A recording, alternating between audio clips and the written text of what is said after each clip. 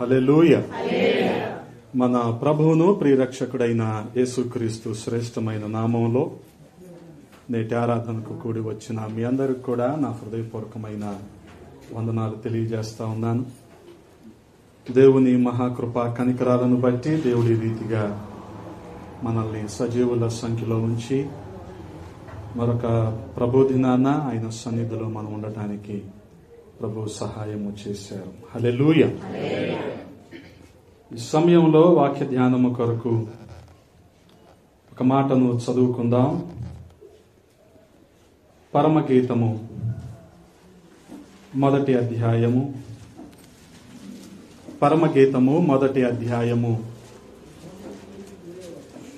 12-13 వచనాలను చదువుతూ ఉన్నాను. గమనించండి. రాజు విందుకు కూర్చుండి ఉండగా నా పరిమళ తైలపు సువాసన వ్యాపించెను. నా ప్రియుడు నా రొమ్మున నుండు గోపరసమంతా సువాసన కలవాడు. ప్రార్థన. మమ్మల్ని అతి మిక్కిలిగా ప్రేమించిన మా ప్రియ పరలోకపు తండ్రి, ఉదయాన్న మరొకసారి మీ పాద సన్నిధి చేరటానికి మీరు చూపిన కృపను బట్టి స్తోత్రాలు. గడచిన కాలం మీ రెక్కల నీడలో భద్రపరిచారు. క్షేమాన్ని సమృద్ధిని మా అందరికి అందించారు. వందనాలు. మరొక ప్రభు దినాన మీ సన్నిధిలో మేము ఉండటానికి సహాయము చేశారు. ఈ ఉదయాన మీ అద్భుత ఆశ్చర్య కార్యాలు మా మధ్యలోన జరిగించండి. మీ కృపకప్ప చెప్పుకుంటూ ఉన్నాం. సహాయము చేయండి. అల్పుణ్ణి మరుగు చేసి మీ ఆత్మచేత నింపి వాడుకోండయ్యా. వినగలిగిన చెవిని, గ్రహించే హృదయాన్ని మా అందరికి ఇవ్వండి. పేరు పేరున విశేషముగా ప్రతి ఒక్కరితో ఈ ఉదయాన్ని ముచ్చటించండి. సహాయము చేయండి. సమస్తాన్ని మీ స్వాధీనంలో ఉంచుకొనండి. మీకే మహిమలు ఆరోపిస్తూ యేసయ్య పరిశుద్ధ నామంలో అడిగి వేడుకుంటున్నాము తండ్రి. ఆమేన్. దేవునికి స్తోత్రం. హల్లెలూయా. ప్రభునందు ప్రియ సహోదరి సహోదరులారా, చదవబడిన మాటలు చాలా శ్రద్ధగా గమనించండి. పరమగీతము షూలమ్మితి సొలొమోను మహారాజుకు మధ్య ఉన్న సంబంధాన్ని బట్టి, సహవాసాన్ని బట్టి, వారి మధ్య జరుగుతూ ఉన్న సంభాషణగా ఒక కోణంలో అర్థం చేసుకోగలిగితే, వరుడైన యేసుక్రీస్తు ప్రభువు వధువు సంఘమైన సార్వత్రిక క్రైస్తవ సంఘం మధ్య ఉన్న సహవాసాన్ని బట్టి వారి మధ్యలో ఉన్న మాటలుగా మనం అర్థం చేసుకోవచ్చు. అలాగే మనం గమనించగలిగితే ఇదొక కావ్యము అనుకుంటే ప్రియుడు ప్రియురాలకు మధ్య ఉన్న సంభాషణగా కూడా మనం అర్థం చేసుకోవచ్చు. మెట్టుకు మనం గమనించగలిగితే ఇక్కడ అక్షరార్థంగా షూలమ్మితి, అదే రీతిగా సొలొమోను మహారాజు మధ్య జరుగుతూ ఉన్న సంభాషణ గమనించండి. షూలమ్మితి అంటుంది, రాజు విందుకు కూర్చుండి ఉండగా నా పరిమళ తైలపు సువాసన వ్యాపించెను అంటుంది. గమనించండి. రాజు ఒక కోణంలో మనం అర్థం చేసుకోగలిగితే, మరొక వైపున ఇక్కడ షూలమ్మితి యొక్క పరిమళ తైలపు సువాసన. గమనించండి. ఈ రెండు విషయాలను అర్థం చేసుకోవాలి. రాజు సొలొమోను మహారాజు, అలాగే ఇక్కడ షూలమ్మితి యొక్క పరిమళ తైలపు సువాసన. వీరిరువురి మధ్యలో ఉన్న మరొక అంశం ఏంటంటే విందు. హల్లెలూయా. గమనించండి. ఇక్కడ రాజుగా చెప్పబడింది మనం గమనించగలిగితే ప్రభువైన యేసుక్రీస్తు వారి. ఆయనకే రాజు అన్న బిరుదు ఉంది. అందుకని ఆయన నా రాజు అంటే అనేకులు కూడా ఈ రోజున కంగారు పడిపోతున్నారు. మన రాజు గురించి మనం చెప్పుకోవటంలో, మన రాజుని మనం ప్రకటించటంలో ఏ సందేహం కూడా మనకు ఉండకూడదు, ఏ సంశయం కూడా మనకి రాకూడదు. అంత నిస్సందేహంగా ఆయన్ని మనం ప్రకటించవలసిన వారమై ఉన్నాం. అదే రీతిగా ఆయన రాజు అనటానికి అనేకమైన లేఖన భాగాలు మనకి కనపడుతూ ఉన్నాయి. యోహాను సువార్త 18వ అధ్యాయము 36వ వచనంలో మనం చూడగలిగితే యేసు అంటున్న మాట ఏంటి? నా రాజ్యము ఈ లోక సంబంధమైనది కాదు. నా రాజ్యము ఈ లోక సంబంధమైనదైతే నేను యూదులకు అప్పగింపబడకుండానట్లు ఎవరు ఆపుతారు? వాళ్ళు ఆపుతారు కదా. ఒకవేళ నేను బౌన్సర్లను పెట్టుకుంటే ఎవరు ఆపుతారు? బౌన్సర్లు ఆపుతారు. ఒకవేళ నేను మా కుర్రోళ్ళు అని చెప్పుకునే వాళ్ళని నేను పెంచి పోషిస్తే ఎవరు ఆపుతారు?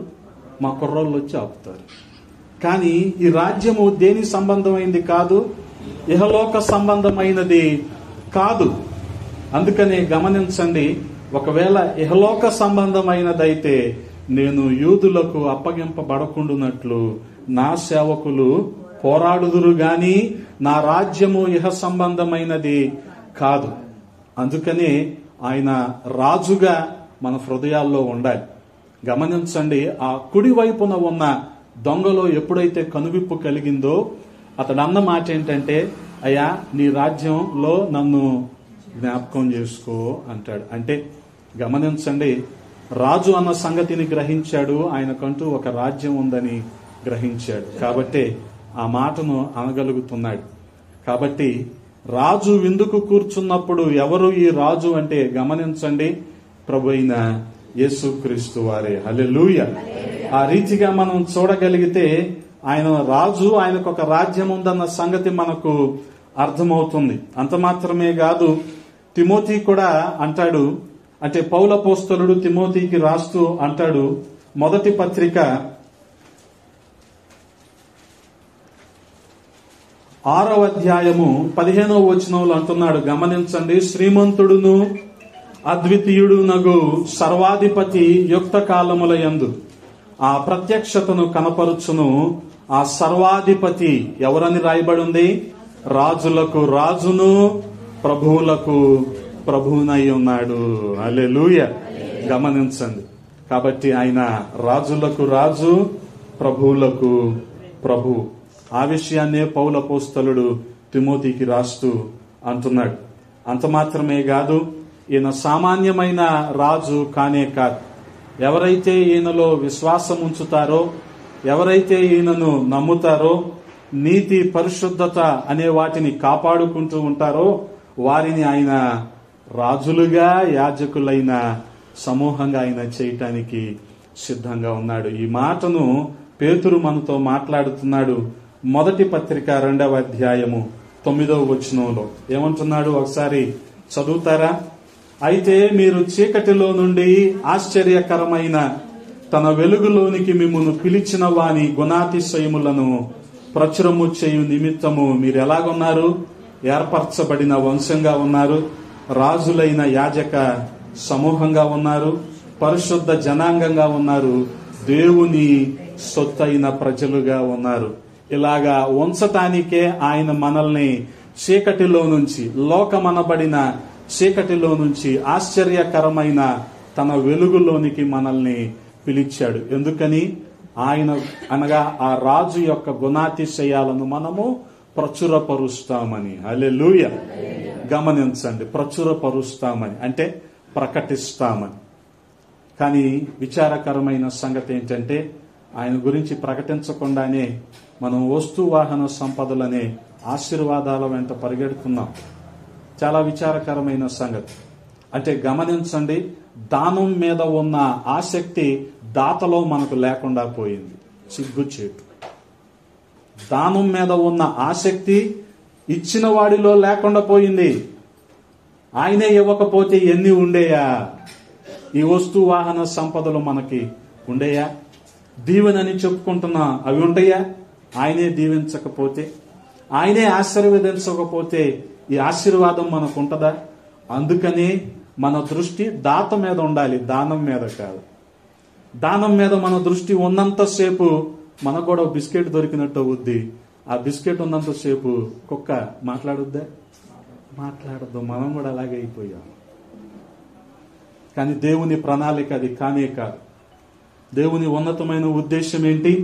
గమనించండి, ఏర్పరచబడిన వంశంగా మనం ఉండాలని, రాజులైన యాజక సమూహంగా మనం ఉండాలని, పరిశుద్ధ జనంగా మనం ఉండాలని, దేవుని సొత్తైన ప్రజలుగా మనం ఉండాలని. అందుకని ఆయన రాజుగా ఉన్నాడు. హల్లెలూయా. ఎవరైతే ఆయనలో విశ్వాసం ఉంచుతారో, నమ్మిక ఉంచుతారో, నీతిని పరిశుద్ధతను కాపాడుకుంటారో వాళ్ళని దేవుడు ఈ రీతిగా దీవించటానికి ఆశిస్తున్నాడు. హల్లెలూయా. ఆ యేసుక్రీస్తు ప్రభువారు రెండవ రాకడలో ఆయన వచ్చినప్పుడు ఆ 1000 ఏండ్ల పరిపాలనలో మనము కూడా ఉండాలనేది, ఆ విందులో మనము కూడా ఉండాలనేదే ఆయన ఆశ. హల్లెలూయా. అందుకనే ఇక్కడ రాయబడి ఉంది కదా, రాజు విందుకు కూర్చొని ఉండగా, ఆ రాజు విందుకు కూర్చున్నప్పుడు గమనించండి, నా పరిమళ సువాసన వ్యాపించెను. పరిమళ తైలపు సువాసన వ్యాపించెను అంటే గమనించండి, ఇది మన సాక్ష్యం. ఈ పరిమళ తైలపు సువాసన అనేది మన సాక్ష్యం. అంటే ఆయన ఎదుట మనం నిలబడినప్పుడు ఆయన మెచ్చుకోవాలి. ఏమని? బలా నమ్మకమైన మంచి దాసుడా అని ఆయన మెచ్చుకోవాలి. ఎప్పుడు? ఆ విందులో కూర్చున్నప్పుడు. అటువంటి సిద్ధపాటు మనము కలిగి ఉండటానికే దేవుడు గొప్ప తరుణాన్ని మనకు అనుగ్రహించాడు కదా. 4 నెలలు 2025 ఎదురు చూసాం, అయిపోయింది. 4 నెలలు కూడా అయిపోయినాయి. ఇప్పుడు మే నెలలో ఉన్నాం కదా. సిద్ధపాటు సంగతి ఏంటి? ఆయన రేపే వచ్చాడు అనుకోండి, ఈ సాయంత్రమే ఆయన వచ్చాడు అనుకోండి, ఏంటి మన సిద్ధపాటు ఎలాగుంది? ఆ రాజుతో ఆ విందులో మన సాక్ష్యాన్ని బట్టి ఆయనతో కూడా మనం కూర్చోగలమా? ఆలోచించాలి. కాబట్టి ప్రియ సహోదరి సహోదరులారా, మనల్ని మనం పరిశీలన చేసుకోవాలి. ఆ 1000 ఏండ్ల పరిపాలనలో సమస్త దేశాలు, సమస్త రాజ్యాల మధ్యలో ఆయన రాజుగా కూర్చున్నప్పుడు, ఆయన విందు ఏర్పాటు చేయబడినప్పుడు మనం ఆ విందులో కూర్చునే అర్హత మనకుందా? అంటే ఏంటి ఆ అర్హత? పరిమళ తైలపు సువాసన కదా. ఎలుగు చచ్చిపోయింది ఇక్కడే ఎక్కడో, ఆ వాసన రాకుండా ఉంటుందా? ఇక్కడే అత్తరుబుడ్డి ఎక్కడో ఉంది, వాసన రాకుండా ఉంటుందా? సాక్ష్యం కూడా అంతే. సాక్ష్యం కూడా అంతే. కాబట్టి గమనించండి, ఆ సాక్ష్యాన్ని బట్టే ప్రభువు మనల్ని మెచ్చుకుంటాడు కదా. మనుషులు ఇచ్చే సాక్ష్యం కాదు. మనుషులు ఒకసారి మెచ్చుకుంటారు, రెండోసారి కష్టంగా ఉంటుంది. అందుకని నువ్వు నాకు రెండో ప్రసంగం ఇవ్వకపోయినా పర్లేదని చెప్తా ఎక్కడికి వెళ్ళినా. ఎందుకని? మొదటిసారే పడిపోద్ది, రెండోసారి పిలవరు ఇంకా. మీరు కాబట్టి ఓపికగా పాపం తీసుకుంటున్నారు. ఒక రోడ్లు ఇద్దరు అడుక్కునే వాళ్ళు ఉండకూడదు ఎవరు. అయితే నేను మాట్లాడాలి.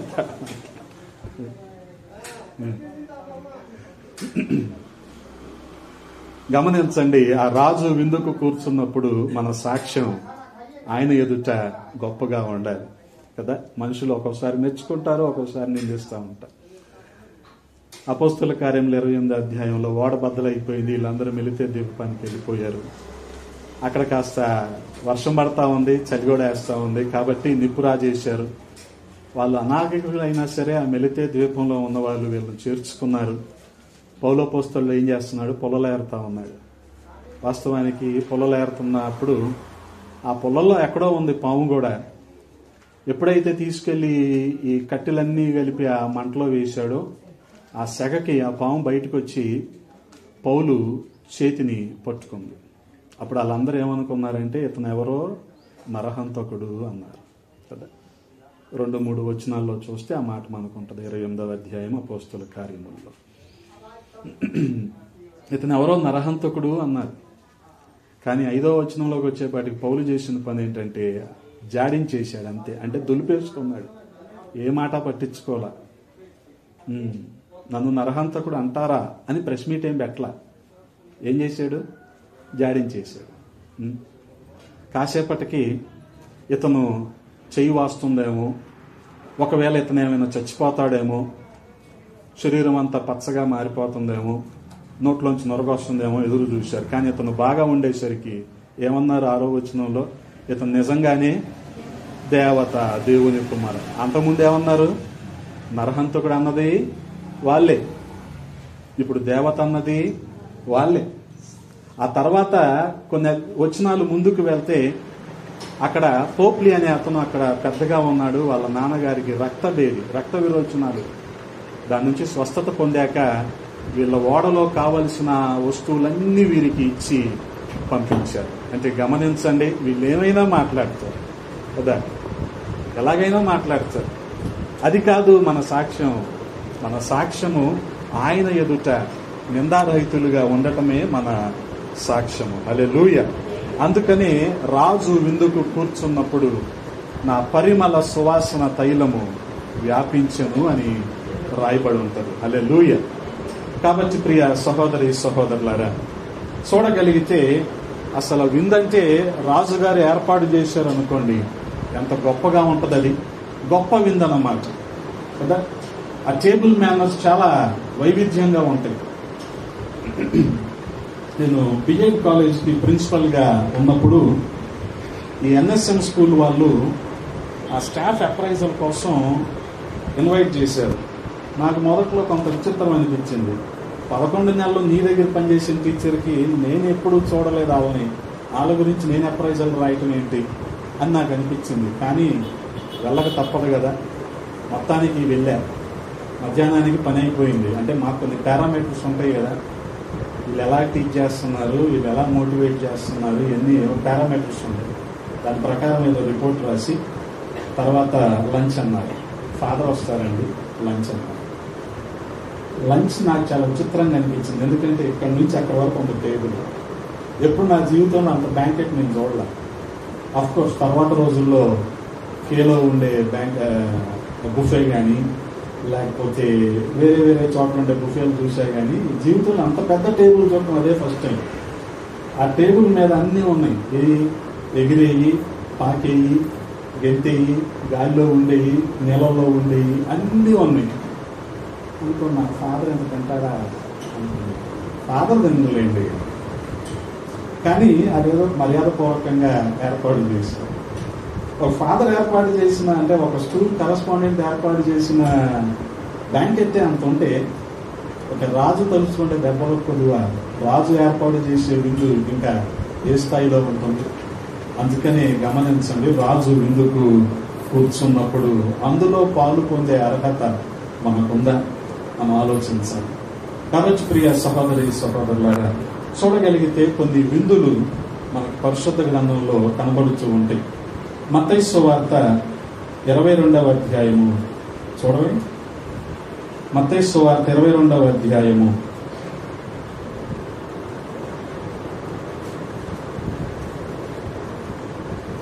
12వ వచనాన్ని నేను చదువుతూ ఉన్నాను. గమనించండి. స్నేహితుడా, పెండ్లి వస్త్రము లేక ఇక్కడికి ఎలాగూ వచ్చితు అని అడుగగా వాడు మౌని అయి ఉండెను. అంతటా రాజు, వీని కాళ్ళు చేతులు కట్టి వెలుపటి చీకటిలోనికి త్రోసివేయుడి, అక్కడ ఏడుపును పండ్లు కొరుకుటయు ఉండునని పరిచారకులతో చెప్పెను. గమనించండి, యజమానుడు పెద్ద విందు ఏర్పాటు చేశాడు. అందరినీ పిలిచాడు, కానీ ఎవరైతే పిలవటానికి వెళ్ళారో వారిని చంపేశారు అక్కడ ఉన్న కొంతమంది. దానికి యజమానుడు కోపం వచ్చి వాళ్ళందరినీ చంపి, ఇక మీరు చేయవలసింది ఏంటంటే, మనం ఎవరినైతే పిలవాలనుకుంటున్నామో వారు రావటం లేదు కాబట్టి మీరు చేయవలసింది ఏంటంటే, 10వ వచనంలో ఆ దాసులు రాజమార్గములకు పోయి చెడ్డవారినేమి మంచివారినేమి తమకు కనబడిన వారినందరినీ పోగు చేసిరి గనుక విందుకు వచ్చిన వారితో ఆ పెండ్లిశాల నిండెను. గమనించండి, మీరు చేయాల్సింది ఏంటంటే, హైవే మీదకు వెళ్ళండి, అలాగే మీకు ఎవరైతే కనపడతారో వాళ్ళందరినీ తీసుకొచ్చి ఈ విందులో చేర్చండి అనేసరికి ఆ విందుశాల ఎలాగైపోయింది, నిండిపోయింది. గమనించండి. మొత్తానికి రాజు వచ్చాడు. కూర్చొని ఉన్నప్పుడు రాజు కూర్చున్న వారిని చూడ లోపలికి వచ్చి అక్కడ పెండ్లి వస్త్రము ధరించుకొనని ఒకని చూచి ఏమంటున్నాడు, స్నేహితుడా, పెండ్లి వస్త్రము లేక ఇక్కడికి ఎలాగూ వచ్చితు అని అడుగగా వాడు మౌని అయి ఉండెను. గమనించండి, రాజు వచ్చేసరికి ఇతనికి పెండ్లి వస్త్రం అయితే లేదు. సాధారణంగా పెళ్లి వెళ్ళేసరికి మనం ఎలాగెళ్తాం, ది బెస్ట్ వీ హ్యావ్, మనకి ఏవైతే ఉన్నాయో వాటిల్లో శ్రేష్టమైనది కదా. మందిరానికి వచ్చేటప్పుడు మాత్రం దీనత్వము అనే పేరుతో పాత బండి అన్నీ వేసుకొచ్చి కింద కూర్చుంటాం. కానీ పెళ్లికి వెళ్ళేటప్పుడు అలా వెళ్తామా? అందుకనే మందిరంలో ఉన్న అటైర్కి, వివాహంలో ఉండే అటైర్కి విశ్వాసుల్లో చాలా తేడా ఉంటుంది. కాబట్టి నా సలహా ఏంటంటే, పెళ్లికి ఎలా వెళ్తారో మందిరానికి కూడా అలాగే రండి. ప్రభువు మనల్ని దీవించునుగాక. ఇది యథార్థత. అంతేగాని పెళ్లిలో ఒకలాగా ఇక్కడ ఒకలాగా ఉన్నామనుకోండి, చాలా చండాలంగా ఉంటుంది. అది యథార్థత అనిపించబడదు. ఇక కింద కూర్చోవడము, పాత బట్టలు వేసుకోవడం దీనత్వం అనుకుంటే, అబ్బో ఎంతకంటే దీనులు సొరంగంలోను, అంతకంటే దీనులు బిఆర్టీఎస్ రోడ్లోను, కొత్త గవర్నమెంట్ హాస్పిటల్లో సర్వీస్ రోడ్లోను చాలామంది దీనులు ఉన్నారు. అది కాబట్టి వారితో మనం పోటీ పడలేము. మన దీనత్వం వేరు కదా. కాబట్టి గమనించండి, దీనత్వం అంటే ఎలా అర్థం చేసుకుంటారంటే, సువార్త ప్రకటించడంలో, ప్రభువుని పరిచయం చేయడంలో దీనత్వాన్ని అర్థం చేసుకోండి. అంటే గమనించండి, మనకి మనం పాంప్ అండ్ గైటింగ్, కాస్త లావిష్గా ఉండటానికి, ఇలా ఉంటేనే జనాలు చూస్తారు అనే దూరంలోకి వెళ్ళిపోయి అట్టడుగునున్న వాళ్ళని పట్టించుకోకుండా, వాళ్ళ కోసం కూడా ఆయన శిలువ మీద రక్తం కార్చాడు కదా, దాన్ని మర్చిపోతే ఎలాగా కదా. మిషనరీలు వచ్చినప్పుడు అదే చేశారా మన కోసం? గమనించండి, they stood down to the level of the recipient. వాళ్ళు ఆ స్థాయికి తగ్గించుకున్నారు. ఇది దీనత్వం సార్. వాళ్ళు ఆ స్థాయికి తగ్గించుకున్నారు. వీళ్ళు అక్కడ మంచి బ్యూరోక్రాట్సే లండన్లో, కానీ ఇండియా వచ్చినప్పుడు వాళ్ళ స్థాయికి తగ్గించుకున్నారు. గమనించండి. అందుకనే వాళ్ళు మిషనరీలు అయ్యారు. కానీ ఈరోజు మనం ఏంటంటే, ఎంత అట్టహాసంగా కనపడితే అంత పెద్ద సేవకుడు అనే భ్రమలో మనం బతికేస్తున్నాం. కానీ ఇది కాదు మనకు కావాల్సింది. మనము అటువంటి అట్టడుగు స్థాయిలో ఉన్న వ్యక్తిని కూడా మనం చేరుకోగలగాలి, వారికి ప్రభువుని పరిచయం చేయగలగాలి, వారిని రక్షణ పదంలోకి తీసుకురాగలగాలి. ఇది మన ముందున్న బాధ్యత. అందుకనే గమనించండి, మెట్టుకు ఇక్కడ వాడబడిన పదం ఏంటి? పెండ్లి వస్త్రం. నువ్వు పెండ్లి విందుకు వచ్చావు, నీకు పెండ్లి వస్త్రం లేకపోతే ఎలాగా అని చెప్పి రాజు అతన్ని ఏం చేశాడు? బయటికి పంపించేశాడు. అక్కడ ఏముందంట? ఏడుపును పండ్లు కొరుకుట, weeping and gnashing of the teeth. అక్కడ ఉంది. ఇంకా మిగిలింది అదే కదా. ఎవరైతే విడవబడతారో, ఎవరైతే విడిచిపెట్టబడతారో, ఆయన విందులోకి వెళ్లకుండా ఎవరైతే ఉంటారో వాళ్ళకి మిగిలేది ఏంటి? ఏడ్పు, అలాగే పండ్లు కొరకటం. గమనించండి. కాగా పిలువబడిన వారు అనేకులు, ఏర్పరచబడిన వారు కొందరే అని చెప్పాను. కాబట్టి గమనించండి, విందు అని చెప్పి మనం అనేక రకాలుగా ప్రయత్నాలు చేస్తూ ఉంటాం. విందులో పాల్గొవాలని ప్రయత్నిస్తూ ప్రయాసపడుతూ ఉంటాం. కానీ కావాల్సింది ఏంటో తెలుసా? పెండ్లి వస్త్రం అనేది ఉండాలి. యెషయా గ్రంథం 61వ అధ్యాయములో అనేకమైన వస్త్రాలను గురించి అక్కడ ప్రస్తావించబడింది. చూడగలిగితే యెషయా గ్రంథము 61వ అధ్యాయము 6వ వచనం, క్షమించాలి, అంతకు మునుపు 2వ వచనం, 3వ వచనాన్ని చదువుదాం. దుఃఖించు వారికి ఉల్లాస వస్త్రము, అలాగే గమనించండి, భారభరితమైన ఆత్మకు ప్రతిగా స్తుతి వస్త్రము. గమనించండి, దేవుడు మన నుంచి కోరుకుంటున్నది, మనకి ఇవ్వదలుచుకున్నది ఇవే కదా. స్తుతి వస్త్రము, అలాగే ఉల్లాస వస్త్రం కదా ఆయన ఇవ్వాలనుకుంటున్నది. ఇవి మనకు అవసరమైనవి. కాబట్టి ఇవి ఉన్నప్పుడు ఆయన విందులో మనం పాల్గొనడానికి అవకాశం ఉంటుంది. అందుకనే యోబు భక్తుడు కూడా అంటాడు, 29వ అధ్యాయము 14వ వచనంలో మనం చూడగలిగితే, యోబు గ్రంథము 29వ అధ్యాయము 14వ వచనంలో, నేను నీతిని వస్త్రముగా ధరించుకొని ఇంటిని గనుక అది నన్ను ధరించను, నా న్యాయ ప్రవర్తన నాకు వస్త్రమును పాగాయు ఆయను. గమనించండి, ఏం వస్త్రం ఇది? నీతి వస్త్రం. అక్కడ యెషయా ప్రవక్త చెప్పింది ఉల్లాస వస్త్రము, స్తుతి వస్త్రం కదా. ఇవి చాలా ప్రాముఖ్యమైనవి. అంటే ఇందులో పాల్గొనాలి అంటే స్తుతించే మనస్సు. అందుకనే గమనించండి, పొందుకున్న వాటికి కృతజ్ఞత, స్తుతించటం, పొందుకోవలసిన వాటికి ప్రార్థన, కనిపెట్టడం. ఇటువంటి అనుభవంలో మనం ఉన్నప్పుడు ఖచ్చితంగా మనం స్తుతి వస్త్రాన్ని కలిగి ఉంటాం. అలాగే గమనించండి, ఉల్లాస వస్త్రం కదా. ఏడ్చుచూ విత్తేవారు సంతోషంగా పంట కోస్తారు. ఇంతకీ ఉల్లాస వస్త్రాన్ని ఎవరికి ఇస్తున్నాడు ఆయన? దుఃఖించే వారికి ఉల్లాస వస్త్రం కదా. గమనించండి, అనేక సందర్భాలలో దుఃఖాన్ని గురించి పరిశుద్ధ గ్రంథం మనకి చెప్పేది ఏంటంటే రక్షణార్థమైన మారు మనస్సును కలుగజేస్తుంది. ఏ దుఃఖం అది? ఏ దుఃఖం అది? దైవ చిత్తానుసారమైన దుఃఖము. హల్లెలూయా. అంతేగాని మూడు పెట్టినప్పుడు వచ్చే దుఃఖం కాదు. ఎటువంటి దుఃఖం అది? దైవ చిత్తానుసారమైన దుఃఖం. ఏం కలుగజేస్తుంది మనలో? రక్షణార్థమైన మారు మనస్సును కలుగజేస్తుంది. అటువంటి మారు మనస్సు పొందిన ప్రతి ఒక్కరి హృదయం కూడా ఉల్లాస వస్త్రాలు ధరించుకొని ఉప్పొంగిపోతుంది. హల్లెలూయా. గమనించండి, హృదయం తేలిగ్గా ఉంటుంది, ఆ రక్షణానుభవం వింతగా ఉంటుంది. అందుకనే పౌలు అపోస్తలుడు ఏమంటాడు ఆ రక్షణ గురించి? చెప్పనాశక్యమైన మహిమాయుక్తమైన సంతోషం అంటాడు. హల్లెలూయా. మహిమాయుక్తమైన సంతోషం, చెప్పనాశక్యమైన సంతోషం, జాయ్ అన్స్పీకబుల్. అది మాటల్లో చెప్పేది కాదది కదా, అటువంటి రక్షణ అనుభవం. అందుకనే ఆ ఉల్లాస వస్త్రాన్ని మనం ధరించుకోవాలి, ఆ స్తుతి వస్త్రాన్ని మనం ధరించుకోవాలి. ఇంకేమంటున్నాడు ఇక్కడ యోబు? నీతి వస్త్రం అంటున్నాడు. గమనించండి, నీతిని వస్త్రముగా ధరించుకొని యుంటిని గనుక అది నన్ను ధరించెను, నా న్యాయ ప్రవర్తన నాకు వస్త్రమును పాగాయు ఆయను అంటాడు. గమనించండి, అంటే చూడగలిగితే ప్రియ సహోదరి సహోదరులారా, ఎవరైతే గొర్రెపిల్ల రక్తములో వారి వస్త్రాలను కడుక్కుంటారో వారు నీతిమంతులుగా తీర్చబడతారు, అప్పుడే విందులో పాల్గొంటారు. అందుకనే ఆ నీతి వస్త్రానికి అవినీతి గాని స్వనీతి గాని అంటకుండా మనం జాగ్రత్త పడాలి.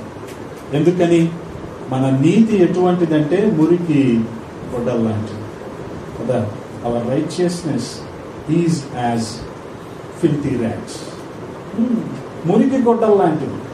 గమనించండి, మనం అనుకుంటాం ఇది గొప్పది, ఇది శ్రేష్టమైనదని మనం అనుకుంటాం. కానీ ఆ నీతి కార్యం ఎటువంటిదంటే ఆయన దృష్టిలో మురికి గొడ్డల్ లాంటిది. కాబట్టి అవి కాదు మనకు కావాల్సి.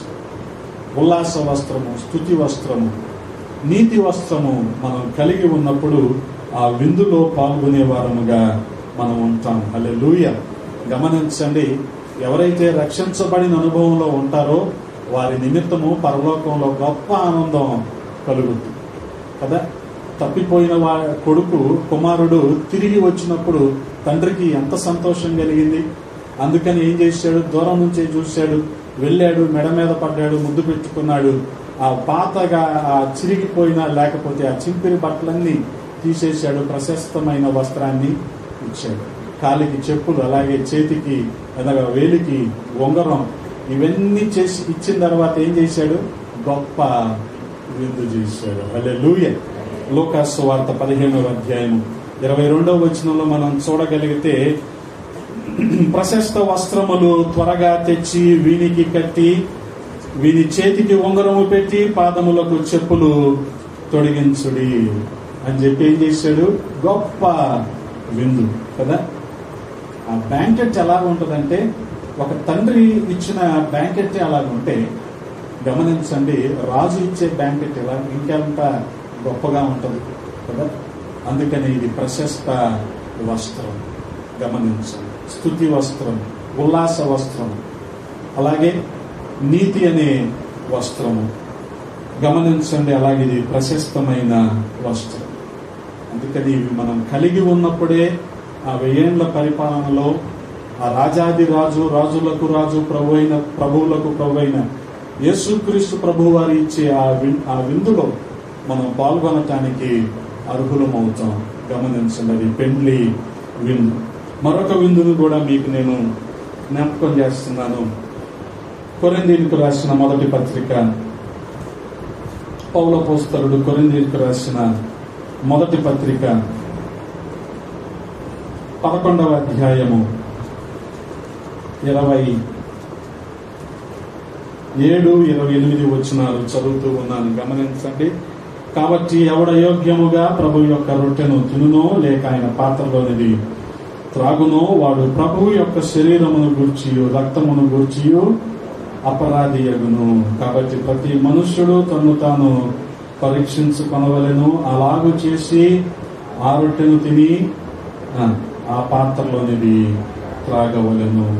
మొదటిది పెండ్లి విందు అయితే ఇది ప్రభువు ఇచ్చే విందు అన్నమాట.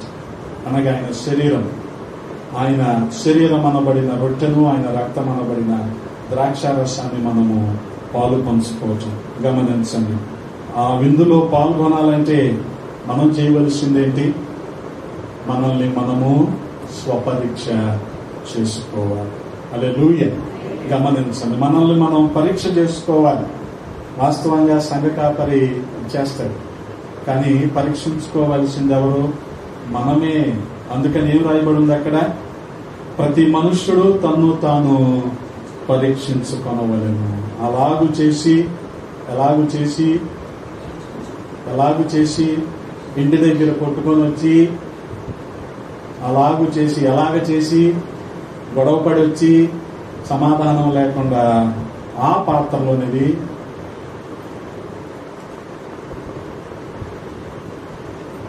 తాగాల. అందుకని ఏం చేయాలి? తన్ను తాను ఎవరికి వారే పరిశీలన చేసుకోవాలి. అక్కడ పెండ్లి విందులో పాల్గొనాలంటే కావలసిన అర్హత పెండ్లి వస్త్రం అయితే, ఇక్కడ ప్రభువారి విందులో అనగా ప్రభురాత్రి విందులో మనం పాల్గొవాలి అంటే మనకు కావాల్సిన అర్హత స్వపరీక్ష. గమనించాలి కదా, మన అంతరంగం మనల్ని మోసం చేయదు, మన మనస్సాక్షి మనల్ని మోసం చేయదు.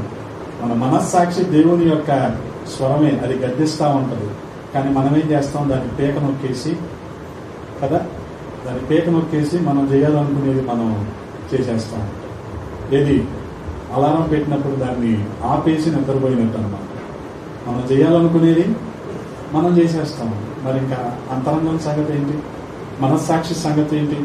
అందుకనే గమనించండి ప్రియ సహోదరి సహోదరులారా, దీనికి కావలసిన యోగ్యత ఏంటంటే మనల్ని మనము పరీక్షించుకోవటమే కదా. సంఘ కాపరి మనల్ని అడగడం, మనల్ని మనమే పరీక్షించుకొని ఆ రొట్టెలో ఆ ద్రాక్షారసంలో మనము పాలు పంచుకోవాలి. అందుకని ఆ తర్వాత వచనాల్లో రాయబడి ఉంది కదా, ప్రభు శరీరం అని వివేచింపక తిని త్రాగువాడు తనకు శిక్షావిధి కలుగుటకే తిని త్రాగుచున్నాడు. ఇందువలననే మీలో అనేకులు బలహీనులను రోగులనై ఉన్నారు, చాలా మంది నిద్రించుచున్నారు. కాబట్టి మనల్ని మనము పరీక్షించుకొని ఆ ప్రభు భోజనంలో మనం పాల్గొవలసిన అవసరం ఉంది. కాబట్టి ప్రియ సహోదరి సహోదరులారా, మనల్ని మనము ఎప్పటికప్పుడు దేవుని వాక్యముతో పోల్చి చూసుకోవాలి. ఎందుకనంటే దేవుని వాక్యమే మనకు ప్రామాణికం. మనుషులు కాదు, వ్యక్తులు కాదు, వ్యవస్థలో అంతకంటే కాదు. అందుకనే గమనించండి, దేవుని వాక్యముతో మనల్ని మనము పోల్చి చూసుకోవాలి. గమనించండి, 20వ వచనంలో రాయబడి ఉంటుంది కదా, ఇదే అధ్యాయములో 20వ వచనంలో మనం చూడగలిగితే, మీలో యోగ్యులైన వారెవరో మీరందరూ కూడి వచ్చుచుండగా మీరు ప్రభు రాత్రి భోజనము చేయుట సాధ్యము కాదు. ఆయన చెప్పిన సందర్భం ఒకటి, కానీ ఇక్కడ మనం గమనించగలిగితే మనల్ని మనం పరిశీలించుకోకుండా, మనల్ని మనం సరిదిద్దుకోకుండా ఆయన భోజనం బలలో మనం పాల్గొనడం అనేది అసాధ్యం. కాబట్టి పరిశుద్ధత కలిగి ఉన్నవారు, దేవునితో సమాధాన పడినవారు, వారు మాత్రమే ఖచ్చితంగా ప్రభు భోజన సంస్కారంలో పాల్గొనాలి. అదే మన అర్హత. అందుకని మొదటి విందుకు అర్హత ఏంటంటే పెండ్లి వస్త్రము. రెండవ విందుకు అర్హత ఏంటంటే మనల్ని మనం స్వపరీక్ష చేసుకొని పరిశుద్ధతను మనం కాపాడుకోవటం. మరొక విందును కూడా మీకు నేను జ్ఞాపకం చేస్తాను. గమనించండి, లూకాసు సువార్త 22వ అధ్యాయం. లూకాసు సువార్త 22వ అధ్యాయం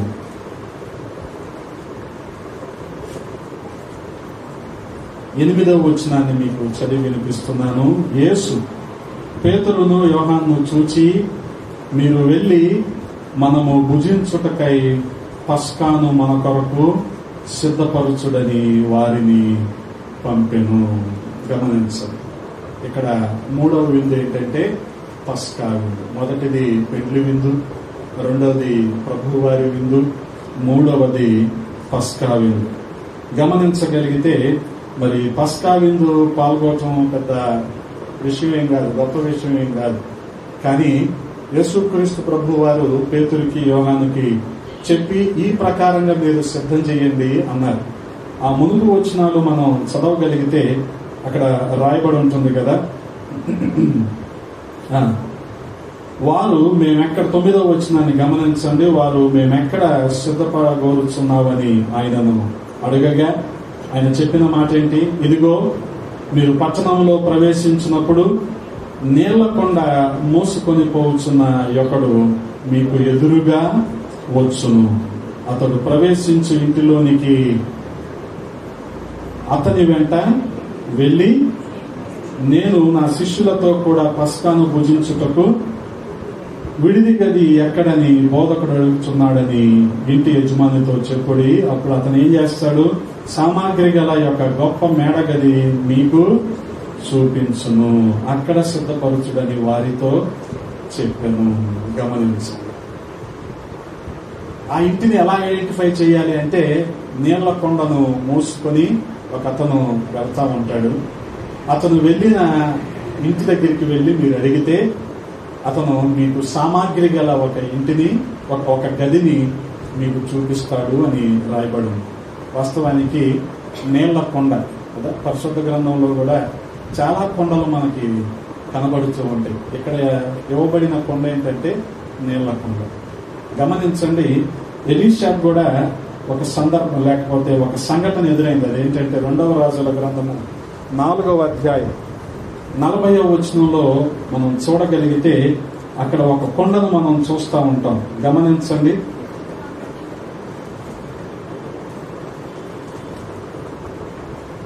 తినుటకు వారు వడ్డింపగా ప్రవక్తల శిష్యులు రుచి చూచి, దైవజనుడా, కొండలో విషమున్నదని కేకలు వేసి దానిని తినక మానిరి.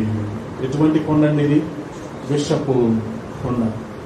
కానీ ప్రభువారు ఏ ఇంటికైతే వెళ్ళి మీరు పస్కాను సిద్ధపరచండి అన్నారో, ఆ ఇంట్లోకి వెళ్తున్న వ్యక్తి తీసుకువెళ్తున్నది ఏ కొండ? అది నీళ్ల కొండ. గమనించండి, వాస్తవానికి కొండ అనేది మానవుని హృదయం, మనిషి హృదయం కదా. మనిషి హృదయం ఎలీషా చెప్పిన రీతిగా ఎలా ఉంది? విషపు కొండగా లేకపోతే విషపు హృదయంగా మారిపోయింది. అనేకమైన దురాలోచనలు, అనేకమైన తలంపుల చేత సాధువుగా ఉండాల్సిన హృదయం ఏమైపోతుంది? విషపు ఆలోచనలు వచ్చేస్తుంది. ఎవరికి హాని చేద్దాం కదా, ఎవరిని మరి తీర్పు తీరుద్దాం అన్న రీతిగా విషపు కొండలాగా అయిపోతుంది హృదయాలన్నీ కూడా. కానీ గమనించండి, దేవుడు విషపు హృదయాన్ని లేకపోతే విషపు కొండను దేవుడు అంగీకరించాడు. మరొక కొండను కూడా మీకు నేను జ్ఞాపకం చేస్తాను. గమనించండి, దావీదు మహారాజు అంటున్నాడు 31వ కీర్తన 12వ చరణంలో అంటున్నాడు. గమనించండి, 31వ కీర్తన 12వ చరణంలో, మరణమై స్మరణకు రాకున్న వాని వలె మరువబడి తిని ఓటి కొండ వంటి వాడనై తిని అంటున్నాడు. ఏం కొండ అండి ఇది? ఓటి కొండ. అందులో నీళ్లు నిలబడతాయా?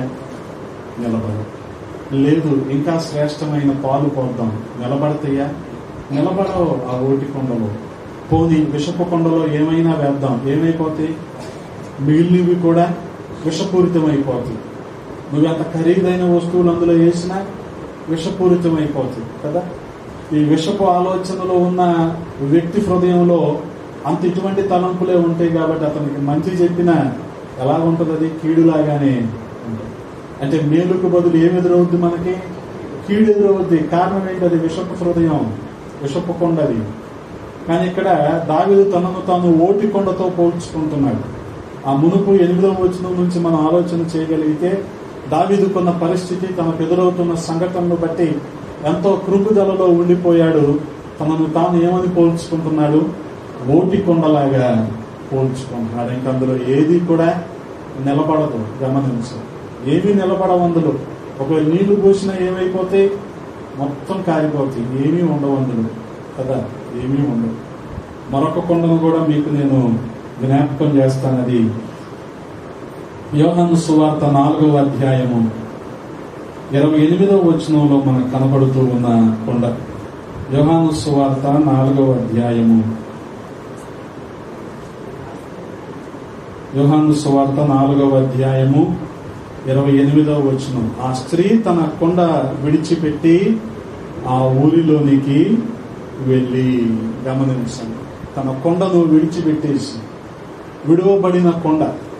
అంతకు మునుపు వరకు కూడా ఒక ఆలోచనలో ఉంది, కానీ ప్రభువు ఆమెను ఒప్పింపజేశాడు. ఆమె ఏమంటుంది? మెస్సయ్య వస్తాడు, ఆ మెస్సయ్య మాకు అన్ని తెలియజేస్తాడు అని ఆమె అంటా ఉంటే, ఆయన అన్న మాట ఏంటంటే, ఆ మెస్సయ్యను నేనే. ఆ మాటకు ఆమె ఏం చేసింది? ఆ కొండను విడిచిపెట్టేసింది. ఇలాగ మాట్లాడుతూ ఉండగా శిష్యులు రానే వచ్చారు. వాళ్ళ మదిలో ఆలోచనలు చాలా ఉన్నాయి. ఏంటి నువ్వు మాట్లాడుతున్నావు యేసయ్యతో అని ఆలోచనలు. ఎందుకంటే అభిషిక్తులు ఎవరు కూడా స్త్రీలతో మాట్లాడరు, అది వాళ్ళ సందేహం. కానీ నేనేంటి స్త్రీతో మాట్లాడుతున్నాడు, అది కూడా సమరయులు, వారితో మాట్లాడుతున్నాడు ఏంటి కదా. మాట్లాడితే ఏమైంది? ఆయన అందరినీ సమానంగా చూసే వ్యక్తే కదా. కానీ వాళ్ళకి ఆలోచన ఉంది. కానీ 27వ వచనంలో ఎంతలో ఆయన శిష్యులు వచ్చి ఆయన స్త్రీతో మాట్లాడుట చూచి ఆశ్చర్యపడారు. ఎందుకు ఆశ్చర్యపడ్డారు? ఎందుకంటే అభిషిక్తులు ఎవరో స్త్రీలతో మాట్లాడరు కాబట్టి. గాని నీకేమి కావాలననియు ఈమెతో ఎందుకు మాట్లాడుచున్నావని అయినను ఎవడును అడగలేదు. గమనించు. ఎందుకనంటారు? ఎందుకనంటే ఆయన తన పని మీద ఉన్నాడు. ఏంటా పని? ఆమెను ఒప్పింపజేసి ఆమెను రక్షించే పనిలో ఉన్నాడు. ఆమె తన పాత జీవితాన్ని విడిచిపెట్టుకునే క్రమంలో ఆమెను ఒప్పిస్తున్నాడు ఆయన. ఆమెకు అనేకమైన ఆలోచనలు, అభిప్రాయాలు ఉన్నాయి. వాటన్నిటిని ఆయన సరి చేస్తా ఉన్నాడు. అందుకనే వాళ్ళు ఏమీ కూడా అడగలేదు. గమనించండి. వాస్తవానికి చెప్పాను కదా, అభిషిక్తులు ఎవరు స్త్రీలతో మాట్లాడారు. ఎవరిదైనా మాట్లాడాలంటే దీవెనయ్య గారు ఏమంటారంటే 3 నిమిషాలు మాట్లాడాలంట, 3వ వ్యక్తి ఉండగానే మాట్లాడాలంట కదా. మరేంటి మన వాళ్ళు ఇంజనీరింగ్ కాలేజ్ స్టూడెంట్స్ ఉంటారు కదా, వాళ్ళు ముగ్గురు వెళ్తారు. అయితే 2 అబ్బాయిలు ఒక అమ్మాయి, లేదా 2 అమ్మాయిలు ఒక అమ్మాయి. మరి ముగ్గురే వాళ్ళు కూడా అంటే అలాగ అన్నీ తెలుసు.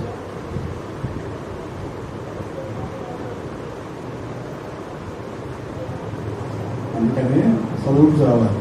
చదువుకోకపోతే తర్వాత వేరే ఆలోచనలు వస్తాయి. ఎవరు రాకుండా ఏం చేస్తారు? చదువుకోమంటేనే వీళ్ళ గ్రూపులు వెళ్తారా? చదువుకుంటారు వాళ్ళు. ఎందుకంటే I promote education, not business. ఎప్పుడైనా ఎవరైనా నేను బిజినెస్ని ప్రమోట్ చేస్తానంటే నాకు బిజినెస్ లేదు కదా, నేను ఎలా ప్రమోట్ చేస్తాను? నేను ఏప్రిల్ 14వ తారీఖున మాట్లాడినా చదువు గురించే మాట్లాడతా. రాజకీయం గురించి, కులం గురించి మాట్లాడను నేను. ఎందుకంటే అది మనలో ఒక విఘ్నతను కలిగిస్తుంది, మనకు గౌరవాన్ని ఇస్తుంది. ఎడాపెడా బతకమని చెప్పదు చదువు. మనం అలా చదవాలి. మనం ఎప్పుడైనా చదువు. అందుకని చదివితే నీకంటే బాగా ఎవరు చదవాలి, అలా చదవాల్సిందంటే. అందుకని గమనించండి, చాలా జాగ్రత్తగా ఉండాలి ఈ విషయాల్లో. జనాలేమో గుర్తింపని అలా చేస్తూ ఉంటారు. తల్లిదండ్రులు అలా చెమట రక్తాన్ని దారపోసి ఇలా ఫీజులు కడతాను దీన్ని ఏజెండా నేను.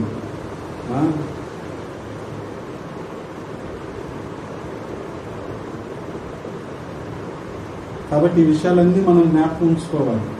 వాళ్ళని ఎంకరేజ్ చేయాలి. ఏది తిరగమని కాదు, చదువుకోమని ఎంకరేజ్ చేయాలి కదా. ఎందుకనంటే ఒకనొక రోజున ఆ కష్టం విలువ నీకు తెలియకపోతే చాలా ఇబ్బందులు పాలవుతుంది కదా. వాళ్ళ ఊరికే పెట్టట్లేదు కదా ఖర్చు అంతా. అదే ఖర్చు హర్యానా గేదెలు 2 తెచ్చుకొని పెడితే అబ్బా పాత పాటలో నీకంటే పెద్ద రైతు అవ్వడం.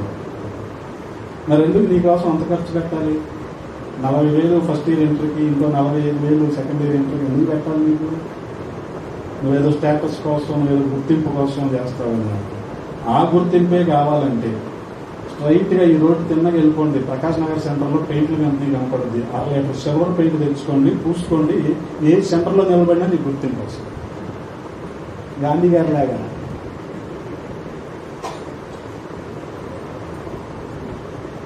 మనకు కావాల్సిన గుర్తింపే కదా. చాలా పెద్ద గుర్తింపు వస్తుంది మనకు.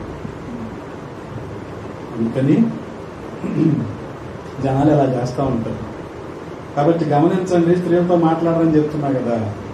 అందుకని శిష్యులకు అనుమానం వచ్చింది, కానీ ఆయన మాత్రం ఏం ప్రశ్నించలేదు. వాళ్ళు మొత్తానికి ఆ కొండను విడిచి ఆమె వెళ్ళిపోయింది. కానీ ఇక్కడ కనబడుతున్న కొండ ఏంటి? మనకి లోకాసు వార్తలో కనబడుతున్న 22వ అధ్యాయంలో కనబడుతున్న కొండ నీళ్లతో నింపబడిన కొండ, అంటే ఆత్మతో నింపబడిన కొండ. హల్లెలూయా. అందుకని ఎవరు ఆయనకి ఇష్టలంటే ఎవరైతే ఆత్మ పూర్ణులై ఉంటారో వాళ్ళు ఆయనకి ఇష్టలు. అంతేగాని ఆ ఓటి కొండ లాంటి స్వభావం కలిగిన వారు, విషపు కొండ లాంటి స్వభావం కలిగిన వారు వాళ్ళు కాదు. అందుకనే గమనించండి, ఆయన ఆ ఇంటినే ఎన్నుకున్నాడు. అలాగే ఆ ఇంటి వ్యక్తి కూడా ఏం చూపించాడు? సామాన్లు ఉన్న ఒక గదిని చూపించాడు కదా. గనురాలైన షునేమి స్త్రీ ఎలీషాను చూసిన వెంటనే వాళ్ళ భర్తతో ఏం చెప్పిందంటే, ఇతను నిజంగానే దైవజనుడు అని చెప్పింది. కాబట్టి వెంటనే ఏం చేసింది? మేడ మీద ఒక గది, ఆ గదిలో మంచము, బల్ల, పీట, దీపస్తంభం, ఎన్ని సామాన్లే కదా. సామాన్లు లేకుండా ఉంటే అది ఇల్లు అంటామా, హాల్ అంటాం కదా. దేవుడు అటువంటి ఖాళీ వాటిని ఇష్టపడడు. దేవుడు దేన్ని ఇష్టపడతాడు? నీ ఆత్మ నింపుదల ఉంటే, నీలో తలాంతులు ఉంటే దేవుడు నిన్ను ఇష్టపడతాడు. హల్లెలూయా. కాబట్టి గమనించండి, ఆ పస్కా విందులో వీళ్ళు పాల్గొనటానికి వీళ్ళకి కావలసిన అర్హత ఏంటది? ఆత్మ నింపుదల. హల్లెలూయా. గమనించండి, 3 విందులు ఏంటవి? పెళ్లి విందు, ప్రభువారి విందు, పస్కా. మొదటి విందులో మనం పాల్గొనాలంటే మనకి పెళ్లి వస్తుంది. రెండవ విందులో పాల్గొనాలంటే మనకి స్వపరీక్ష చేసుకోవాలి. మూడో విందులో పాల్గొనాలంటే ఆత్మ నింపుదల అనేది ఉండాలి. ఎప్పుడు వస్తుంది ఆత్మ నింపుదల? ఎప్పుడైతే నువ్వు ఆయన రక్షకుడిని నీ నోటితో ఒప్పుకుంటావో, హృదయంలో విశ్వసిస్తావో, అప్పుడు నువ్వు ఆత్మ చేత నింపబడతావు. హల్లెలూయా. అందుకనే నమ్మిన వారికి రక్షణ, నమ్మని వారికి శిక్ష కదా. ఆ పెళ్లి వస్త్రం లేని అతన్ని ఎక్కడ పంపించేశారు? వెలుపలకి పంపించేశారు. అక్కడ ఏడుపు, పండ్లు కొనుక్కోవటం, ఇదే ఉంది. ఏడుపు, పండ్లు కొనుక్కోవటం. అందుకనే ఆ విందులో మనం పాల్గొనాలంటే సిద్ధపాటు మనం కలిగి ఉండాలి. అటువంటి సిద్ధపాటు దేవాది దేవుడు మనందరికీ దయచేయునుగాక. ఆమేన్. తలలో ఉంచండి, ప్రార్థన చేసుకుందాం. పరిశుద్ధుడా, ప్రేమ కలిగిన తండ్రి, ఉదయాన కొద్ది మాటలు ధ్యానించడానికి కృపనిచ్చారు. స్తోత్రాలు. రాజా, సహాయం చేయండి నాయన. రాజుగా మీరు మా మధ్యలోనికి వచ్చినప్పుడు మీతో పాటు విందులో పాల్గొనే అర్హత, యోగ్యత మా అందరికీ ఉండులాగున సహాయం చేయండి. మమ్మల్ని సరిచేయండి, సరిదిద్దండి. మీకు ఇష్టమైన పాత్రగా మరల్చమని బతిమాలుకుంటూ ఉన్నాం. వాక్యాన్ని నాయన మాలో ఫలింపులోనికి తీసుకుంటే దైవజనులు బిషప్ ప్రభుని గారు చేస్తున్న పరిచర్యను మీరు దీవించండి. నూతన ప్రాంతాల్లో విస్తరించబడటానికి కృపనివ్వండి. ప్రజా సహకారులు ఉన్న వారిని దీవించండి, ఆశీర్వదించండి. సంఘాలన్నింటినీ నాయన మీ హస్తాలకు అప్పచెప్పుకుంటున్నాం. ప్రతి ఒక్కరినైనా మీ ఆత్మచేత నింపండి. రాకడ సిద్ధపాటు కలిగి మిమ్మల్ని ఎదుర్కొనే భాగ్యం ప్రతి ఒక్కరికి దయచేయమని, మీ చిత్తమైతే మీరు అక్కడ ఆలస్యమైతే ఒకసారి రీతిగా మేమందరం కూడి మిమ్మల్ని స్తుతించి ఆరాధించండి. మీ కృపను మాకు తోడుగా ఉంచమని యేసయ్య పరిశుద్ధ నామములో అడిగి వేడుకుంటున్నాము తండ్రి. ఆమేన్.